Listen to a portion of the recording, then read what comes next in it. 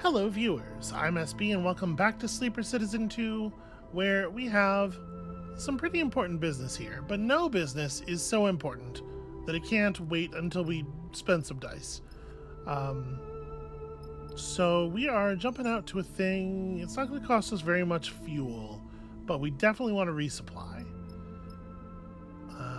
Which we do at the farm stacks, right? Yeah, okay. Unfortunately, we're not very good at supply gathering. It is a highly intuitive process, apparently. Yeah, the the best I can do is a 2. Ugh, come on. Just give me one. Just let me hit one neutral. All right. And with that, I think it's actually like unsafe for us to spend any more dice on that. We can go to the fuel refinery where we have a raw interface check. Canteen visit's pretty good. Tend to get served based on how well liked you are. So the engage here is we're trying to do charisma for our supper here. And then I don't know that I have another thing I would like to spend this 2 on, so I think with that we are headed out. It's weird that this is tagged scatter yards in the corner here. I mean, it says Olivera there, but it also says scatter yards. I don't know. In any case, let's see what we can do. This is the first time in a while that we've gotten to choose both members of our crew, I feel like. Well, I got to choose Nia and Junie for that other thing. That said, do we know? We don't have any indication of what the skills that will be relevant here are. I'm sure that Endure is going to come up. Like I said, I don't think we actually have brought Cadet on anything in the past, so I am inclined to, let's take Cadet and Nia. Nia fills in that one skill gap that we have, and then Cadet, again, just because I don't feel like she's gotten her time to shine. And she doubles up on a couple of skills that might be relevant, right? Maybe. Not bad rolls. Corroded plates, twisted struts, scattered scrap. The manufactory makes for a familiar sight. Just one more ragged artifact from the corporation that once owned this system. Despite that, something about it sets you on edge. Perhaps because it also will form the crucible for your attempt to take on an S&ARP hunter. The kind whose entire job is to bring in escaped sleepers like you, dead or alive. The rig is tucked behind a rock, running on low power with its transponder off. You hope that's enough not to draw attention. So talk us through it. Of course. Wouldn't be a plan if we didn't talk through it. Seraphin turns back to Flint, Cadence, and Xander, all of whom are crammed into the cockpit along with your crew. We have to make this place look like a colony. That's what the hunter will expect. Cadence suggests first, her voice quavering a little with anxiety. We can seal up some of the holes, maybe install some lighting, fake it up. Okay, Seraphin nods reassuringly. That's good. What then? How we force him to go deep. Xander cuts in, and everyone looks at him. He pauses, a little intimidated by the attention, but Flint nods at him to continue. I've been out here before on a salvage run. There's an assembly line that runs through the whole place, filled with old manufactory machines. We seal doors, activate machines, make it a maze of malfunctioning construction arms and dead ends. Alright then, control their route, I like that. Seraphin smiles at Xander. And if we get lucky, maybe one of those old machines will do the job for us. I doubt it. Flint joins in. We'll need the ordnance from the silos. Mining charges, fuel, whatever is left from when this place was churning out Solheim goods. They furrow their brow. And we blow the place, to make sure. A silence passes through the cockpit, the danger of what you are about to attempt dawning on everyone present. Okay, Seraphin has a dark look. And that's the plan. We can detonate the ordnance with a command from the rig, a simple wideband comm signal. We'll get him. Seraphin pats Flint on the shoulder. Once they go in, that hunter isn't coming back out. He turns to you. Anything we missed? Well, what if they don't take the bait? Then I engage. Flint rubs their hands together nervously. I lead them in directly, right? Right, Seraphim confirms grimly. Now, how long do you think we have? There's a lot of factory down there. Now, the hunter got to me and Carmen fast. Flint looks out of the cockpit. No more than 3 cycles. And when the hunter came for us, Flint grimaces, remembering the attack on Carmen's ship. They came out of nowhere, hit us hard and fast. If it wasn't for Carmen, we just need to be ready for anything. Flint looks at you. There won't be a warning. Okay, nice pep talk. Flint, you better find somewhere deep in that place, down in the bedrock. But make sure it has a back door, okay? The rest of us will get to work. Alright, you heard Flint. We do this, we do it right. We make our stand on this rock. Let's not waste a moment more. I don't like that came out of nowhere bit. Because that means, like, it's really hard to know what angle is safe as far as concealing the ship goes. So this is just our cycle counter. To be sure you can face the hunter, all 3 parts must be ready by the time they arrive. So, we got to get explosives out of the silos. Nia's got a pair of 6s on that already, which is pretty fantastic. Probably where we'll spend those. Over here, we need to make it look like the site of an operational colony, which again is Endure Intuit. And this one is Engage Interface. Okay. Well,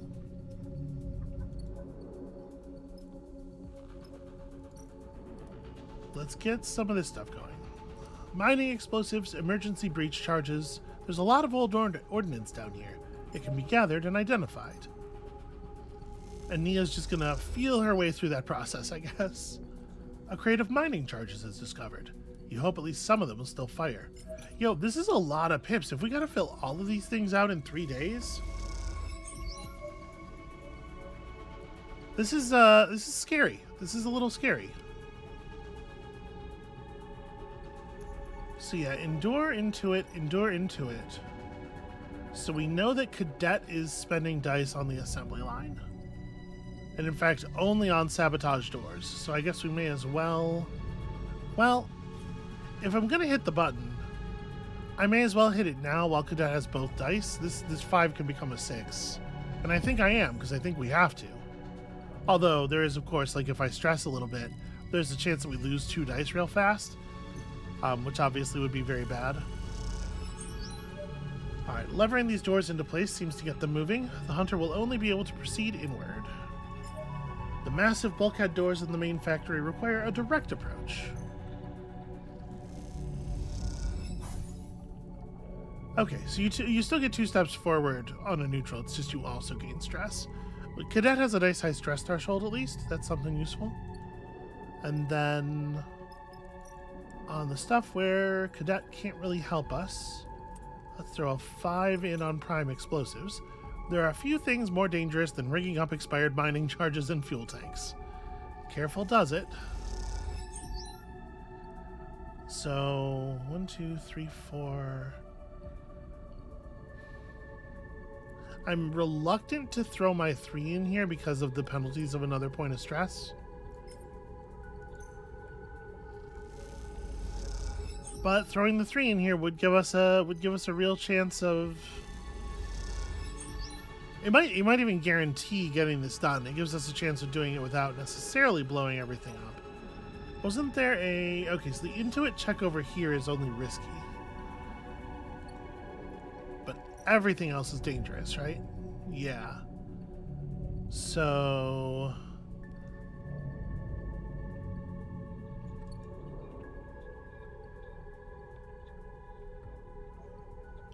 I think I'm gonna hold off on the 3. I know like we have a lot to get done. But if I lose 2 dice, like we're not... Wow. Okay. I think I am going to go ahead and push. Like, we gotta shove hard here. So this is going to be my 4. We'll finish this. Alright, some of the explosives are daisy chained together, saving time and detonators. Now go easy with that. Flint's voice rumbles over local comms as you secure the final piece of ordnance. You turn to see them floating, backlit, in the entrance to the bay, one of many that you have rigged with ordnance deep in the manufactory. Down here, dust and flecks of rust float through the beams of your lights, and the walls are bent and buckled. They've spent the past cycles down here, picking out a spot to draw the hunter down to. This is a weird bit of, like, we could theoretically have got this on the first day of the job, and we know that there hasn't been any time passed. Like, you have to write very carefully, I think, for time when you're like writing into a situation like this, where time is of the essence and there is so little of it. This is a weird error to make. One they should be able to slip out of when the hunter finds their way in. It's a long time to be down in these dark tunnels waiting. Looks like we're just about done. Their voice is flat, their tone pragmatic. Are you okay? Yeah, eager to be done with this. They look over their shoulder. However it plays out. Flint glides into the bay slowly. Well, there's something I need to tell you, something I think you will understand. What we're doing out here is not about saving me. It's about Olivera. You struggle to see Flint's face with the light behind them. I should be on a ship out of here, leading this hunter away, but they won't let me do that. They shake their head in frustration. And even if they would, they can't spare the ship. Not after Carmen's got shot up. That was my mistake. I never should have let him persuade me to come with him on that supply run. Flint looks down. But what's done is done. What matters now, what I need from you, is a promise. Flint's bright irises flash. That you'll bring this place down with me in it if it means stopping the hunter. Yeah, I'm going to say I promise. This is I don't... Maybe I'll do it, but I'm definitely going to tell you I promise. Flint nods. I knew you'd understand. You know as well as I that those who get close to us are at risk. That we, as sleepers, have to recognize what we open the door to.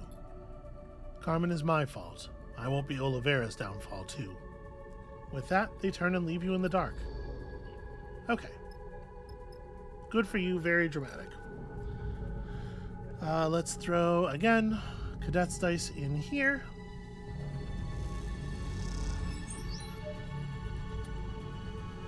Here's hoping with this 4. Okay. We're making good progress overall. Don't really want to spend Nia's dice here. We'll come back to this. Hold on a second. We know Nia's dice want to go in disguise interior. Or exterior. The old Solheim manufactory is a ruin. To convince the hunter, you'll need to add lights, paints, signs, all the signatures of a working colony. And I think I'll throw my 5 in here as well. The trick is to be selective, picking likely spots to install lights, giving the sense of a patchwork colony. The shell of the manufactory is full of holes. To make it look like a colony, it needs sealing up and fast. Fortunately, this is exactly the kind of work that we're always doing, right? And now I have all these 6s. So we're halfway done with that. We're a little more than halfway done here. I guess it makes more sense to throw my dice here, or maybe like 2 here and 1 in the other spot. It would be impossible to seal the whole facility, but sealing key passages means good progress.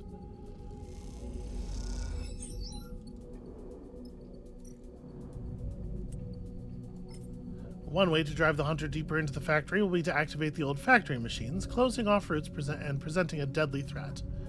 Okay, so this way all we need is 1 good result on each of them with tomorrow's dice, and we're all set. It's a little tight. We got like extremely lucky. Oh wow! And then we rolled 2 1s and 3 2s. Pretty brutal. I'm going to push again for sure. Alright, Cadet can finish the doors. Hunter's passage deep into the factory is assured. This might work.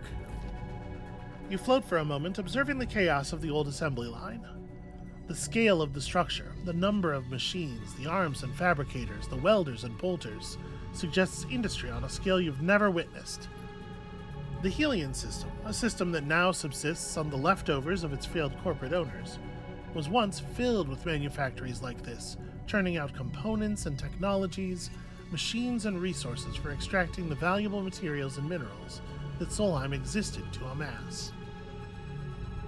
If someone was able to rebrand one of these places and put it back into operation, imagine what could be fed into the belt, what changes could come for its people.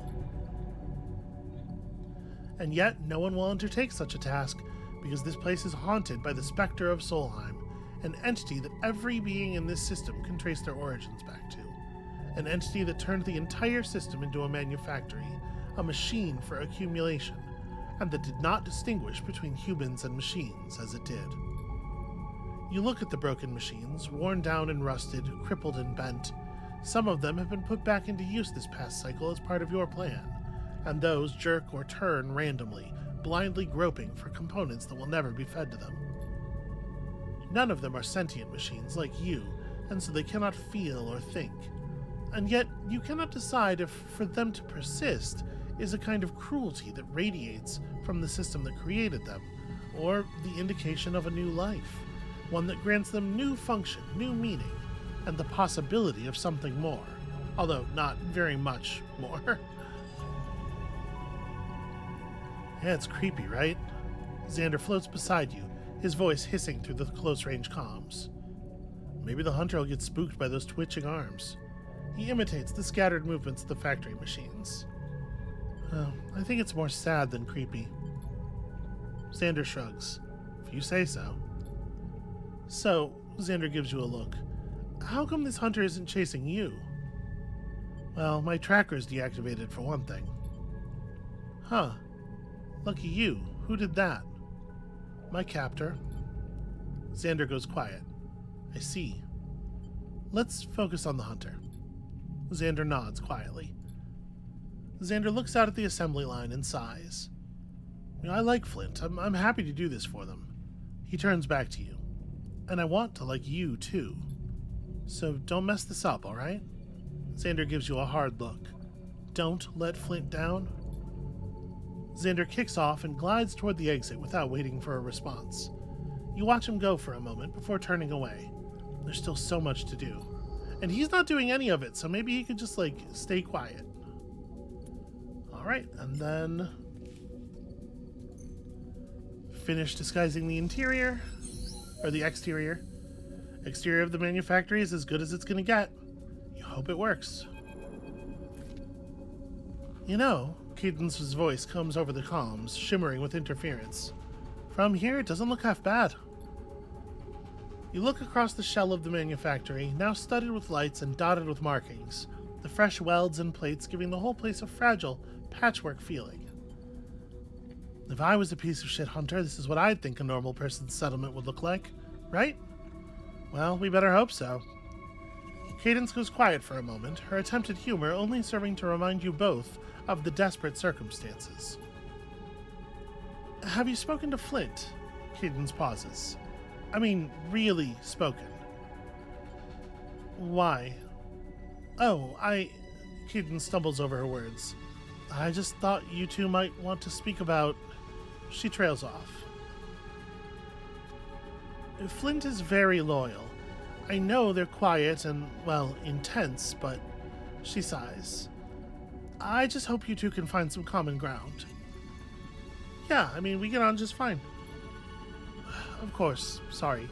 She's like sticking her nose in. I don't know if she is predicting the kind of sacrifice that Flint is eager to make or what this is, but she's definitely looking for something specific, right?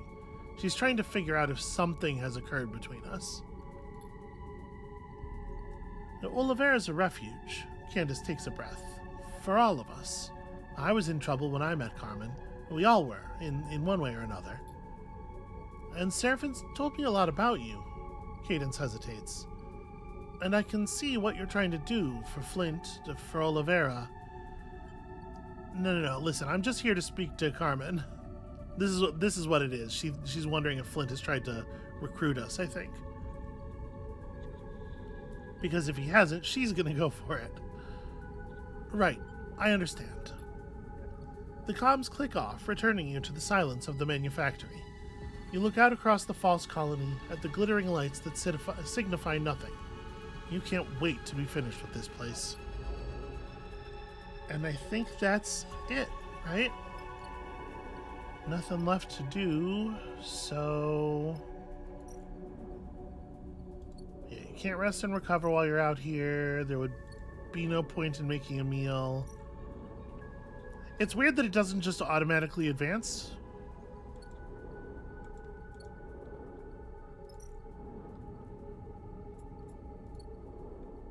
But yeah, they want us to advance. Okay.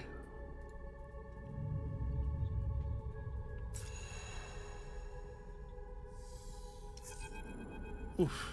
Not a much better roll. Yeah, I used up all my luck, apparently. Wake up, sleeper. Seraphin is in the bunks. We've got incoming. You shake off the haze of forgotten dreams and get up. In moments, you're in the cockpit. Xander, Cadence, and Seraphin all gathered around the console. On it, the local view shows nothing, not a single ship signal, and few objects beyond a scattering of debris. No, it was right here. I saw it. I swear it. Seraphin jabs at the screen. A ship. Small, but definitely a ship. Seraphin, Cadence sighs. You know, we've all been up a while. Get some rest. Hey, I know what I saw. He catches her eye.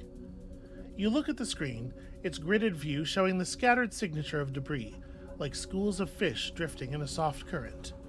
The manufactory is a noisy blob at the center of the circle, one that dissolves into the background at its edges. Nothing. And then, there it is. A flicker, a flash, a spark of movement and light among one of the debris clouds. It flares, and then is gone again. You look up, and Seraphin meets your eye. He reads your expression immediately. Seraphin slams a hand down on the console, opening up the comms channel. Look alive, Flint. They're coming in. Go deep and be ready to run. He pulls his hand off the switch. We better hope they heard that. Then you see it through the cockpit glass, the flare of an engine, faint and masked, but driving a squat, dark ship out of the debris. The Hunter. The ship seems to idle a little near the manufactory's asteroid, drifting past the dressed-up shell of the old facility. Time to see if our fake colony is convincing enough. Cadence nervously clasps her hands together. Will they buy it? They better. Seraphin looks concerned. Because if they think this place looks abandoned, the Hunter might just strafe the whole facility. We need them to dock, to come inside. You look out at the ship, and as you do, it jumps forward toward the docking tower. You watch for a few tense moments as it hesitates, and then slides into position onto one of the docking bridges. Cadence sighs in relief. Oh, they went for it. Seraphin pats you on the shoulder. Good job. The rat is in the maze, and we can track them now. At least, that's the theory. I hooked up some basic monitoring devices in the assembly line, Xander calls over from another console. A few shitty cameras repurposed from the factory monitoring systems. It's not much, but hopefully enough to tell where they're at. Cadence, Seraphin, and you crowd around the screen. Xander flicks between the noisy black and white images and feeds of static. You squint into the fizzing dark, trying to pick out any detail. And then, suddenly, you see them.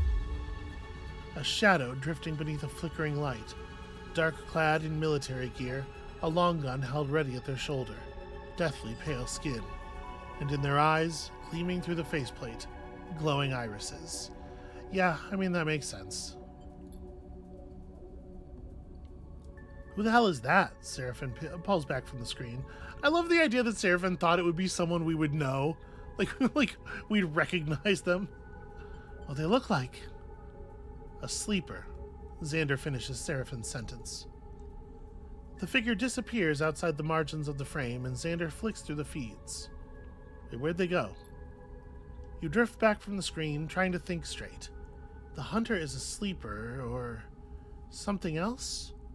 You replay the image of the figure in your mind, but it's already shifted in your memory. It is your face staring back. It is Flint's. It is the sleeper's mask of death. Sleeper? Seraphin grabs you by both shoulders and looks you in the eye. Hey, we need to focus. We should get down there. Xander's eyes are wide. This changes things. No, this changes nothing. Seraphin nods. Yeah, we wait for Flint's signal. We just hold here. The ordnance is in place. Seraphin looks at you for reassurance. And the moment we get the signal, we blow it. You think of the mining charges rigged in daisy chains, the fuel barrels lashed to detonators, the command code ready to transmit from the rig. Seraphin sees the determination in your eyes. We hold. So you wait. Cadence's eyes on the manufactory below, Xander tapping at the glass, Seraphin perched by the console, listening for the signal. Why, I'm trying not to harp on it, but it really bugs me. Then you hear it, the hiss of an open comms channel. You look to Seraphin, and he hears it too, a static haze that fills the cockpit. You all go still.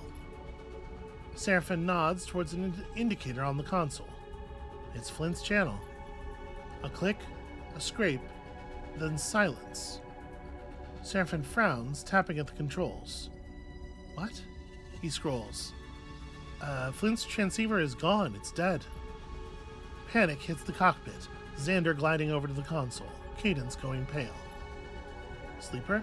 Seraphin turns and looks back over his shoulder towards you. We need to go in. Go. Cadence looks between you, Seraphin, and Xander with a steely expression. I'll stay here. Yeah, the steely determination to be the only one who won't explode. She glances nervously at the console. You give me the signal and I'll send the detonation signal. She swallows hard. If it works. Seraphin looks torn for a moment and then nods. Let's go. You rush down to the airlock and suit up with the others, and then you are out, descending through the rock-strewn void in tense silence. You enter the manufactory through a gap in the frame, passing through layers of twisted facility into the deep parts, where you know Flint waits in the dark. You say nothing to each other, afraid the comms will be intercepted. You lead Xander and Seraphin on, seeking the deep bays under the silos, where you began setting up the ordnance. Though unfinished, perhaps there is enough down there for this to work. If not... Seraphin's hand falls on your shoulder, pulling you back. You go to speak, and then you see it, a torch beam lancing through the dark. The hunter, as you saw them on the grainy footage of Xander's cameras, but real now, just below, long gun held ready at their shoulder, pushing through the dark and broken layers of the facility, seeking Flint. Seraphin, Xander, and you exchange wide-eyed glances in silence. The hunter passes below, disappearing into a dark passage. You wait together, the moments stretching out, then descend down into that same passage. The silence is absolute.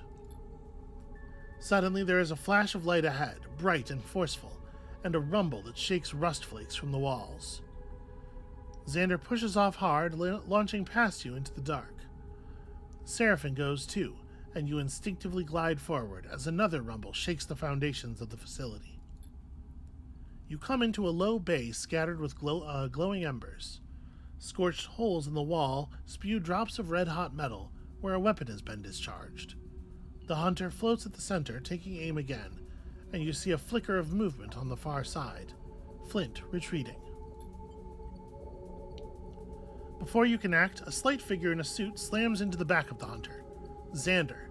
As he hits, the hunter's gun spins out of their hand. Well, I mean, you know what we do here. Just hurl myself bodily into this situation. You slam into the hunter, lashing out with your fists. You feel Xander at your side, striking out too. The three of you spin through the spark-filled bay towards a gaping dark shaft at its far side.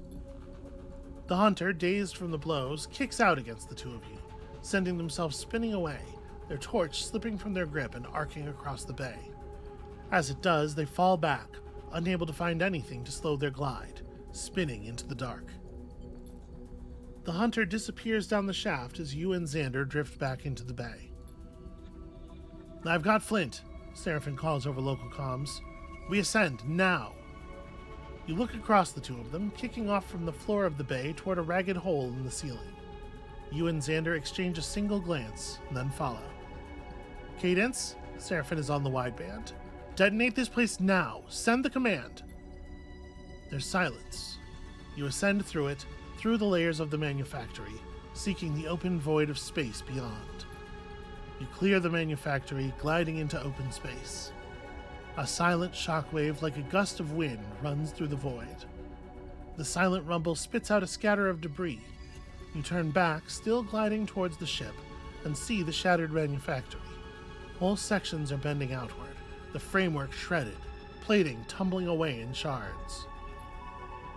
You look across at Seraphin and Flint, their eyes set on the ship, trying only to stay ahead of the debris. You do the same, fixing your attention on the rig and nothing else. The hunter is dead. Probably. I'm always nervous when we don't see a body, you know? But that would seem to be it. And so I guess back we go?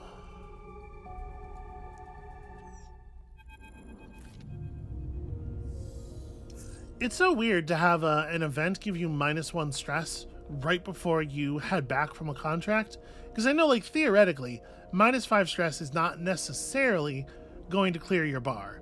But have we ever had the return trip from a thing not clear the bar? Or at least get it so clear that we can trivially finish it ourselves the next day?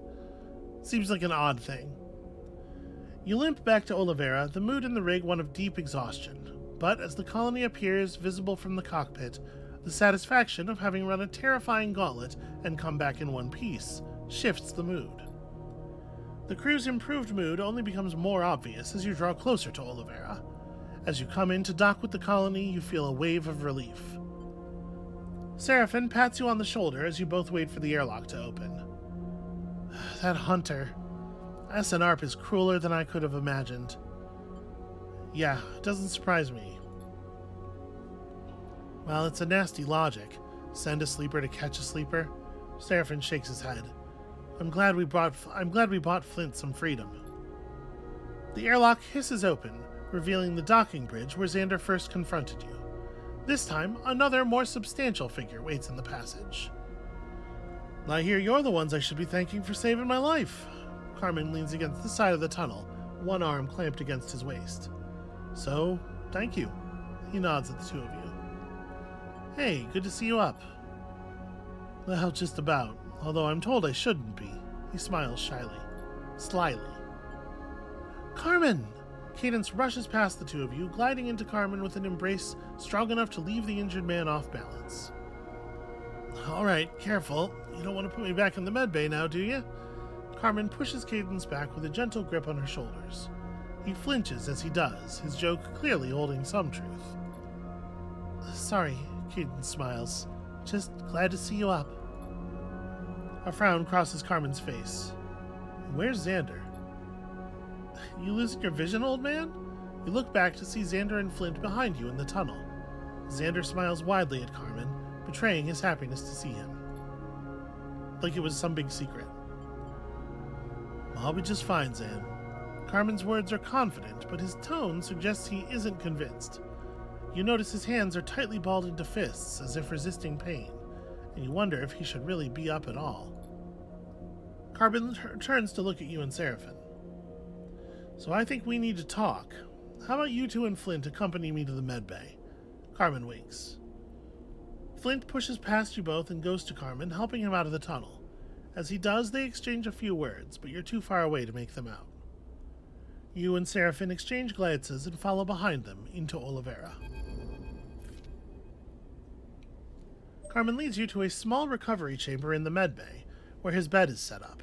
A handful of tubes and wires float gently beside it, attached to boxy devices. Flint has already left the group, leaving just you and Seraphin with Olivera's injured founder. Carmen meets your eye with a hard look. So, how did you two end up stumbling onto our colony out in the shoals? He raises an eyebrow, because we're not usually open to visitors. Well, Ankita sent us, for one thing. You see the flicker of recognition in Carmen's eyes when you mention Ankita. You produce the thumbnail drive, holding it out for Carmen to inspect. She told the sleeper to deliver this to you, and you alone. Seraphin folds his arms. Carmen pauses thoughtfully. That's a name I've not heard for a while. He takes the drive. Seems I should thank you again. And perhaps I owe you some explanation myself. Ankita and I used to work together a lifetime ago. Carmen shakes his head. We went our separate ways, but then she turned up back in Olivera. I established this colony as a refuge, a way of starting again. Carmen clasps his hands together. The belt is changing, and I'm afraid of what's coming. Ankita took refuge here for a short while. Then one cycle she was gone. Carmen shrugs. And it's not unusual for her. Each of us has our own demons. He holds up the drive. I'll take a look at what's on here when I'm able. He looks at the drive with concern. And I'll let you know what I find. You and Seraphin thank him and leave the chamber as he settles back on his recovery bed. As you leave, Flint catches your attention. Can we speak? Seraphin pauses. I'll, catch you back on the rig. He looks between the two of you and then glides away. Flint hovers, a look of concern on his mask-like face. Yeah, what do you need? Flint gives you a curious look. You don't remember any of it, do you? Any of what? Of how you got here, of your history. Flint screws up their face in a pained expression. At first I thought you were hiding something, or you were intentionally avoiding the subject, so I waited. But I understand it now.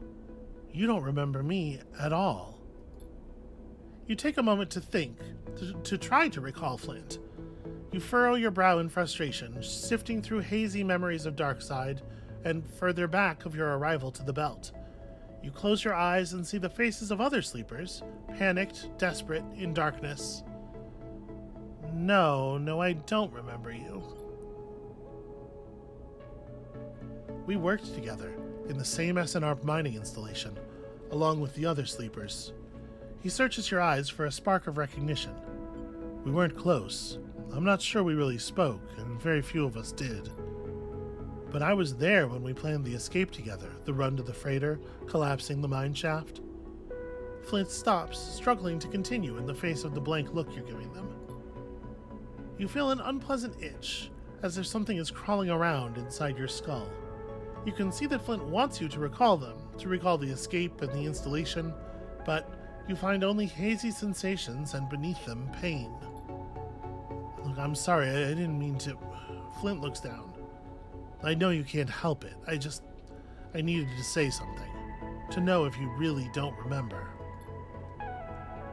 Thank you for everything you've done for me. And for Olivera. Flint turns and drifts away dejectedly, unable to continue. As you watch Flint go, you scratch at the side of your head, trying to find something in the way they move, the way they speak, their mask-like face. A face that was identical to yours when it was first cast, but that over cycle after cycle of wear and damage has been transformed. Two machines, so close in form and function, estranged by experience. Okay, so we gotta just hang out until Carmen's done looking through the drive. Well, we certainly have some things to replace. Let's head down to the hydro refinery. Well, actually, let me start at the hydro refinery, because we can get fuel back, or we can get supplies back tomorrow and also get energy. So let's start this here. Alright, 3 fuel and 3 fuel is pretty good. And then we rest. Oh, I should fix my dye.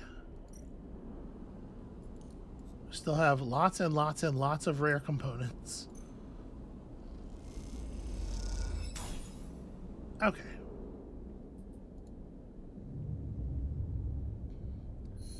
Turns out we make those, even without trying, we make and acquire those far faster than we use them. Alright, thanks for coming up, Sleeper.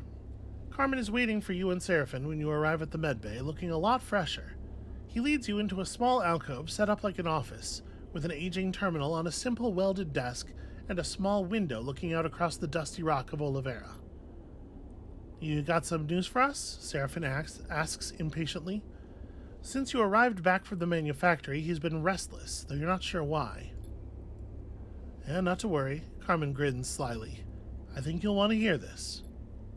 He hits a key on the terminal, and a file browser appears on the screen, showing hundreds of individual pieces of data. Ankita has been busy. Carmen gestures to the screen. She's been scrapping at Tsubo Communications cycle after cycle. Got access to ciphers and encryption that only the gang's leadership ought to be able to see. He smiles. Seems she's learned some tricks since we worked together. But that's not what matters. What matters is the content of these messages. He taps a few keys and loads some of the data, which scrolls down the screen. See, some parts of Utsubo leadership have been getting ideas. Ideas about taking Greenbelt, controlling food production in the belt, about exerting power over Wellspring. Big ideas for a gang. But these Utsubo members aren't alone. They've found themselves a powerful ally. Carmen shakes his head.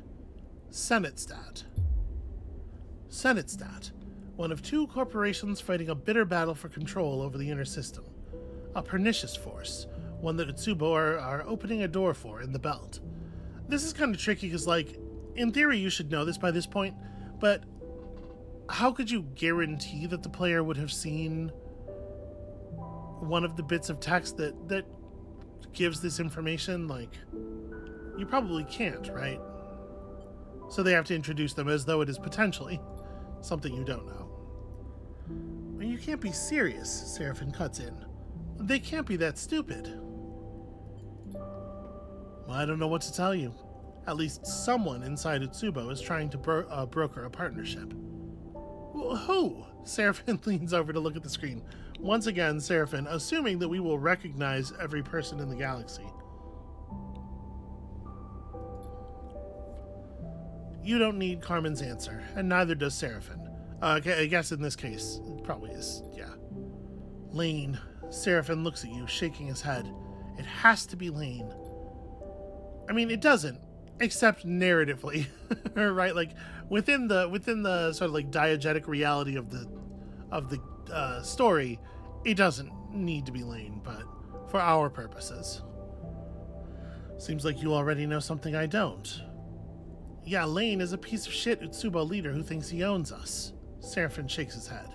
Exactly the kind of piece of shit arrogant enough to try to manipulate Senatestat. Carmen nods thoughtfully. Well, my condolences. I'm starting to see how you crossed paths with Ankita. So we have a shared enemy then. Carmen pauses, his face unmoving. I'm not sure you want this fight, Sleeper. Like I said, Ankita and I worked together. To put it simply, we ran in the same mercenary outfit. Carmen looks away. A lot has happened since then, but this message, this data, this is her calling in a favor. And I owe her, that's for sure. Carmen shakes his head and pushes himself off the desk, crossing the room to look out of the window at Olivera's pale and airless surface. I mean, hell, after what went down, I owe you both, too. You look at Carmen staring out at the surface of this hostile rock and wonder what he sees out there. He established the colony as a fallback, a retreat. Not just for him, for others too. But you get the feeling that Carmen knows any retreat is only ever temporary. He turns back to look at you. And you, Sleeper, what will you do? I mean, it feels like we gotta do something, right? We gotta take on Utsubo, we gotta figure out a way to stop this. Take on a gang. Carmen smiles. You sure about that? We are going to end Lane, whatever it takes. Seraphin stares down Carmen, fists balled. Carmen looks at you. Now that one's going to get you in trouble. He turns to Seraphin. But I like the energy. He looks back out the window. Now, this is not something we're going to take head on. He shakes his head. but Ankita sent us our weapon. Carmen turns and gestures at the console screen with its reams of incriminating data. You know, Utsubo don't control all of Darkseid, they only aspire to. They also claim to offer protection from the war between Senatstad and Conway, and that presents us with an opportunity. Utsubo is full of members who'd rather die than concede Darkseid to a corporate interest. We play this right, Utsubo will end Lane for us. He smiles at Seraphim. To use your phrase. Okay, how do we do that? Oh, we can handle it. We cracked Darkseid once, we can do it again. Seraphim's confidence is infectious. Is that right? Carmen seems to be thinking something through. He crosses to the console, back to the window, and then to the console once more. Alright, I'm gonna need some time, but I can put this together. Carmen nods at Seraphim. We'll need that energy, but you also need to be ready. If we rush this, it's not ending well, so I can wait. Carmen turns his attention to you. Look, we'll go from Greenbelt when you're ready. I have friends there who can help get that ship of yours into Darkseid. Seraphim looks at you. We have our own preparations to make, but we'll be ready. All right. Carmen unplugs Ankita's drive and hands it to you. Take this and get out of here. I don't want anyone finding this thing in my possession. You take it. The tiny drive somehow heavier now that you know it contains the key to exposing Lane. I guess we'll see you in Greenbelt. I'll see you in the wheat sheaf. Carmen smiles to himself. They know me there. Just understand something. Carmen's expression turned serious. You want my help on this, there's no way we can let it get back to the colony. Once you leave here, you're not coming back to Olivera. Not until we're done. He meets your eye. He needs confirmation that you recognize the importance of this. Yeah, I understand. Carmen nods. Then you can go. He returns to the window to stare at whatever it is he sees out there among the dusty rocks. When you come back to the rig, Flint is waiting for you, leaning by the docking tunnel with a bag over their shoulder. They look up as you approach. Hey, Flint nods a greeting, appearing a little unsure. You, going somewhere? I hope so, they smile. Look, I know you've already done a lot for me, so I'm not going to push you or ask for your pity. They pause. You feel like they've been preparing this speech. Firstly, I owe you, and I want to pay you back. I can work, and I can fight, and I will protect this ship and this crew with everything I have. Secondly, we come from the same place, and whether you remember it or not, that means something. It must. I know I'm not the easiest to get on with, and I know you might have your reservations about having another sleeper on the ship, but no, that's enough. Sorry. You look at Flint, their frames so much more damaged than yours, but with a fire burning in their eyes that makes them seem bigger than they are. Yeah, welcome aboard. May as well, right? Like, at what point, at this point, what could it possibly harm? And also, Flint's probably pretty good at violence, given, everything. A smile spreads across Flint's face, and they look down to hide it. Thank you, they say to the floor. This'll work out. You'll see. Flint nods to you once more, then turns and glides down the docking tunnel toward the ship. As they do, two figures at the edge of the docking concourse catch your eye. You pause to look, shifting a little, and as you do, you recognize Cadence leaning in. Some words are exchanged, ones you can only guess at, and then the other figure embraces Cadence and turns back to the ship. As Seraphim approaches, he ducks his head, passing quietly past you into the docking tunnel without a word. You take one last look out at the docks, but Cadence is gone. You idle a moment longer and feel there's some presence, even in these empty bays. Something rare in all the belt that Olivera has captured. But, as with all things, you must learn to leave it behind. Okay, so we're headed out, obviously, but we're gonna try to refill supplies a little bit more first. Not necessarily great at this.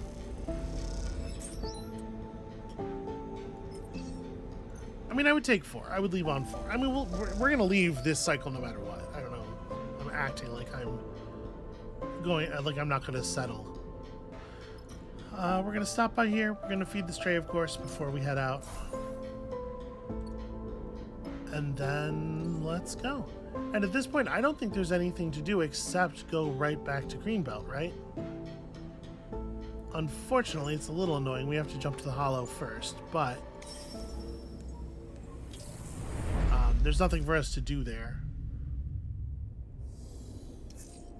So we're just gonna... Ooh, boy. I was gonna say we're just gonna spend dice, but that's barely even true. Let's go ahead and refill on the fuel. No reason not to. Come over here, refill on supplies. Don't even really need to buy a meal.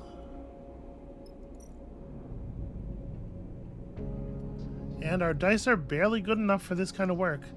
I'm gonna, you know what, I'll throw a die in on align arrays. Let's see what happens.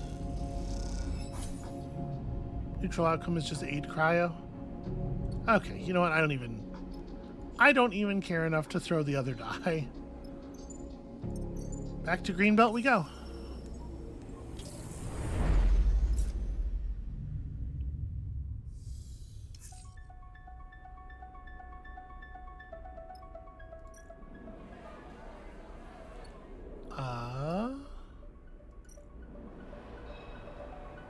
Seems like there's nothing here to do. I guess we just, like, wait? So we gotta get back to Darkside. We had to wait for Carmen's message.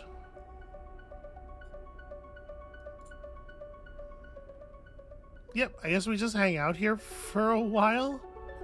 I don't know, we'll figure it out next time. For right now, we have 4 points available, so the question is, are we interface up or are we super engineering?